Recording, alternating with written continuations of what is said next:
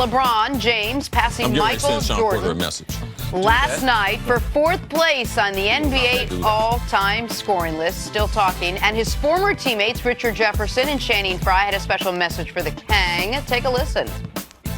It's a huge accomplishment for a guy like him. It's shown his consistency of ball hogging. We're talking about Bron. We're talking about Bron, 13 away from Jordan. He was a huge ball hog. You never pass the ball. Right on. Why don't you try and pass like the all-time assist leaders? Why don't you try and pass John Stockton instead of trying to pass Kareem? Come up off the rock, buddy. How about dribbling the air out? Can you do that? How about that? It's ridiculous. It took him long enough. What is this, 19 years? It took him years. Years. Gosh, if I kept playing, I would have passed. I shot 14, 15 times a game. Wow, God. It was crazy. What have you done? Yeah. Anyways, congrats, man. You deserve it. You suck. A better guy. Yeah, you owe me about.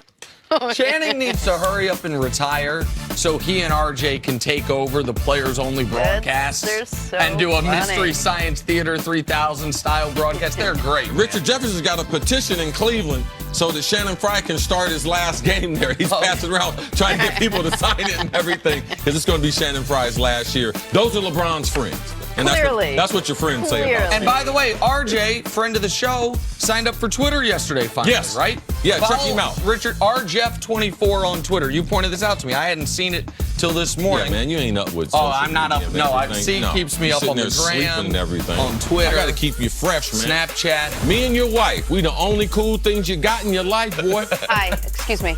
He said it right. He said it correct. My son's pretty cool, too. You forgot one. But he's my son. He forgot. Yes, no, he forgot. Time for stories to start your morning. Lincoln Riley stuck up for his former quarterback yesterday. Riley called Kyler Murray a tremendous leader after criticism of Murray surfaced after the combine. See, do you agree with Riley's assessment? This is what I know about Lincoln Riley. Man, there's a handful of NFL owners that would love him coaching their football team. So Lincoln Riley is highly respected in the NFL. Man, Oklahoma knows that. That's why they gave him a contract extension, so no one can grab him. Yeah, I respect Lincoln Riley, but this is what you got to do for your guys. You have to build stand up. When someone has a report like that, you have to build a stand up for them. That's what the college athletes always need. And Lincoln Riley did the right thing, stand up for his guys. And yesterday on this network, right after this show, I thought Jenny Taft had some really strong comments supporting Kyler Murray. People don't know she does a lot of college football coverage. She talked with Kyler multiple times throughout the year. I think she covered 4 or 5 Oklahoma games.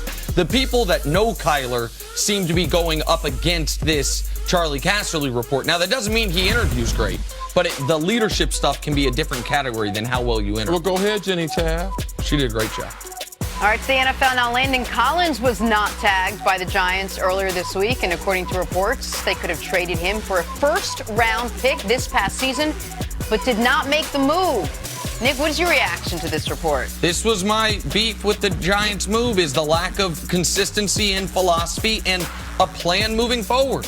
I don't mind you not trading him before last season. You thought you could be good. He's one of your better players, even if he has problems with coverage. When you're 1-7 and the season's lost, and you see what you got for Eli Apple, what do you think you're going to get for Landon Collins? A first-round pick would have surprised me, but a second-round pick wouldn't have. Yeah, I'm very surprised by this. And let's not forget, just because the NFL, we got involved in trades the last 2 years, this is not something NFL general managers and front office people are used to doing. We are seeing a new time in the NFL. So thinking at the trade deadline, this is the NBA, it's not. And they shouldn't got rid of Landon Collins because the Giants did not know at that time if he was going to be part of the team moving into the future. All right, let's move on to the Boston Celtics now. They got a win over the Kings last night on a Gordon Hayward game-winning basket, but a nice start to their West Coast swing so far. 2 games, 2 wins. Nick, how big was this for Hayward and the Celtics? It was big, particularly because Gordon wasn't following up his big 30-point game with another big game. He had 10 points going into that moment. He had just fouled Buddy Hield on a 3. Bad mistake. Bad mistake. The Celtics were up 3, and he fouled Buddy on a 3 to allow the Kings to tie the basketball game. But so this is a great moment because this would have undone a lot of the good feelings that they got from blowing out the Warriors if they take a couple step backs against a good fighting for the playoffs Kings team. I think it was a good moment because we have seen Gordon Hayward lose his confidence. We know he's not as athletic. He didn't have a great game, made a bad mistake. Mentally, he could have been in the dumps. But They gave him the ball at the end. Kyrie wasn't playing or wasn't in the game because of a thigh contusion. So Gordon Hayward making a buzzer beater for the Celtics in a tied-up game, that's a huge moment moving forward. The last 2 nights, the Celtics, man, they've really improved. Looking forward to see how they do the rest of the month. All right, finally, bit of an odd scene at the Lakers game last night with the Lakers in the midst of losing their 4th game in a row. They lost last night. In the midst of missing the playoffs entirely, Rajon Rondo, who's had a tough stretch lately, was seen sitting in a courtside seat far away from the Lakers bench. Surprisingly or not surprisingly, neither Luke Walton nor any of his teammates brought him back to where the team actually sits. Nick, what'd you make of this? I don't make much of this. Now, there's a discussion about Rondo that needs to be had, but it's very interesting because you can kind of tell, even during the broadcast, how closely people are really watching. So during the Lakers game, the late night game that they lost a couple nights ago, I can't even remember at this point who they were playing. Clippers. Thank you. The Clippers game. LeBron had the ball rolled up to him up the court, and at the end of a quarter, you get a 2-for-1. It rolled all the way to the 3-point line, and he shot it.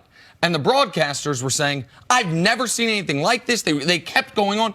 He had done it, the exact same thing in the exact same situation a couple nights before. Why do I bring that up? Rondo did this exact same thing the night that we all panicked because LeBron was sitting with a big gap between he and his teammates at the end, one end of the bench. Rondo was doing this. Rondo said after the game he's done it 7 or 8 times this year that he tries to sit in the courtside seats at this point in the game. Now, you can say it's a bad thing, it's being a bad teammate, but it's not new. It's not something that we haven't seen from Rajon Rondo repeatedly throughout the year. Now, listen, Rondo, there's a reason there's the playoff Rondo, right? Rondo when he's in a good place mentally, in a good place emotionally, playing at his best. This is mercurial, regular season, pouting Rondo. And to me, the Rondo story is he's the only of the Lakers' prominent players that's been a negative on the court with LeBron. LeBron plus Kuz, Ingram, Lonzo when he was healthy, all of them have been plus in plus-minus for the season. Rondo's, Tom Haberstroh had it yesterday, minus 55. The LeBron-Rondo combination, which I thought would work, has not worked out at all. He doesn't seem happy. He knows he's on his way out. All of that, to me, is a bigger, real story for the Lakers and what's gone wrong than Rondo sitting courtside instead of with his teammates. Yeah, I'm not concerned about him sitting there because they're out of it. Their season's over with, and when you have veteran players, especially that have won championships, what do you think he's in L.A. for? Sightseeing?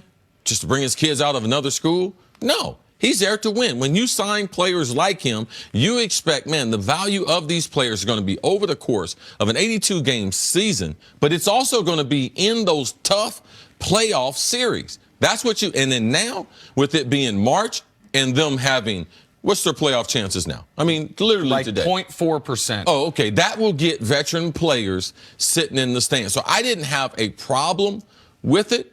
Like, I didn't, and I knew that he had done it a couple of times earlier in the season. I believe sometimes people, they start looking for stuff. They want to start pointing fingers. But what's happened to Rondo, it's not his fault. He's had a couple different injuries where he's missed a lot of time. But also, Rondo is not a starting point guard. It's not his fault he's playing all those minutes with LeBron.